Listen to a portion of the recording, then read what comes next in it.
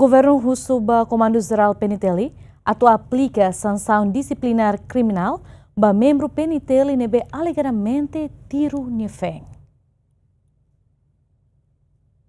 Domingo madrugada, Tukutolo Hobalung Ihaimu Tindili, membro PNTeli ho divisa agente chefe polícia, o inicial JLO, alegadamente tiro kanek nia feng, nebe ho condição grave da hela, iha parte ain. Iha alegação katak membro PNTeli ne tiro nia feng, tambalano. Nune, segunda ne, iha Parlamento Nasional, porta-voz governo, aderitu Hugo Husuba Comando Geral PNTeli, atau aplica sanção disciplinar ba membro ne. Ne questão indisciplinar, se no caso acontece ne questão indisciplinar, itu ne regras Comando PNTeli yang iha desde reforma setor defesa e segurança pós-crise 2006, pós-atentado 2008 niniang, ita halo introduz reforma sire setor defesa e segurança, nune ia regras disciplinar ia comando ba qualquer força polícia, mas força defesa niang nebe comete indisciplinar ne processo internal comando ruan nene ia para atua qualquer introduz qualquer sanção basira.